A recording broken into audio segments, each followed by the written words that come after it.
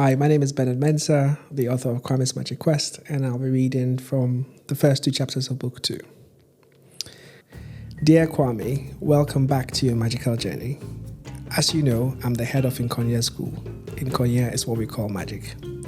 Every child comes here when they turn 8 years old. When you arrived, you received a magic calabash from the Nkonya tree, but your calabash's magic type was a mystery. At first, it didn't show any of the 4 magic symbols.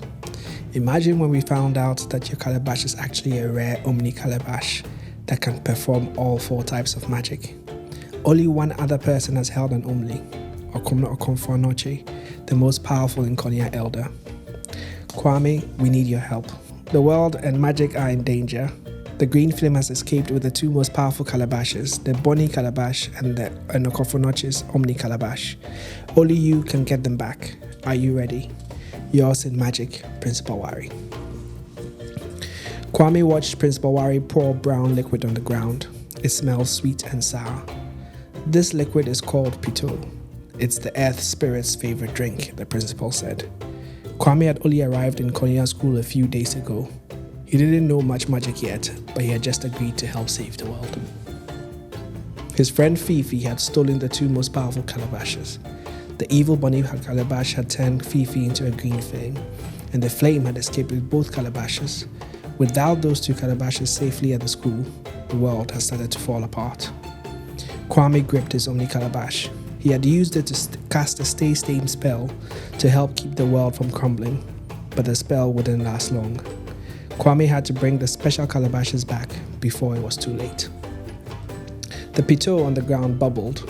Earth spirits live inside the earth, Principal Wari explained as he poured out more liquid. They will know where the green flame is. The Pito bubbled, making strange symbols in the soil.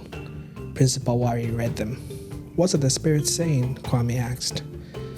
The green flame is headed to the top of the magic mountain, Principal Wari replied. It plans to cast a spell using the power of the mountain. It wants to combine the Bonnie and the Omni calabashes to make one all-powerful calabash. If the evil flame succeeds, it will be too strong to stop. You must reach the mountain before I cast the spell. Suddenly, smoke came out of the Pito. Principal Wari raised his eyebrows. The spirits say they will send you something special to help you in your journey. Kwame gulped. I need all the help I can get to reach the mountain and stop the flame from casting that spell. Chapter 2. What will the earth spirits send me? Kwame asked Principal Wari. The smoky Pito disappeared. The principal dusted off his knees as he stood up. The earth spirits are sending you an animal helper, just like my monkey Ado. Ado hopped when he heard his name.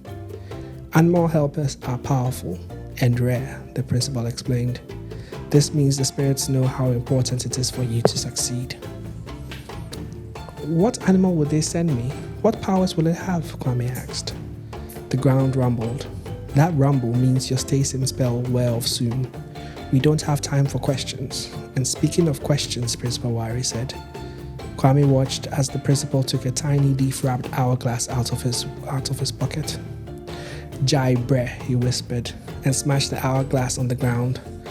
Pieces of glass sank into the earth. Kwame's eyes widened as the white door grew like a tree. This door leads to a time loop, Kwame, Principal Wari said. Time moves much slower there. In our world, we would have been in there for 2 minutes, but 4 days will pass in the loop. We won't need to eat or sleep. This loop will give us the time we need to prepare you for your mission. Without another word, the principal stepped through the door and disappeared. Kwame gulped again. Can I really learn enough magic in 4 days to save the world? He gripped his calabash and entered the time loop too. Chapter 3.